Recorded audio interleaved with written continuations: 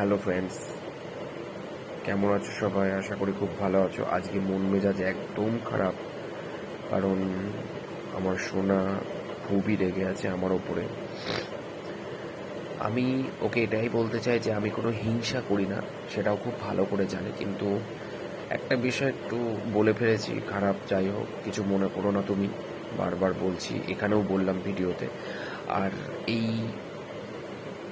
মোবাইলটা দেখছো, এই মোবাইলটা বাবা আজকে কিনেছে। এটা বাবার ফোন, কারণ বাবা কিপ্যাড সেট কিনতে গেছিলো, তো কিপ্যাড সেট কিনতে গিয়ে তার ফট করে ইচ্ছে হয় যে সে অ্যান্ড্রয়েড সেট ইউজ করবে।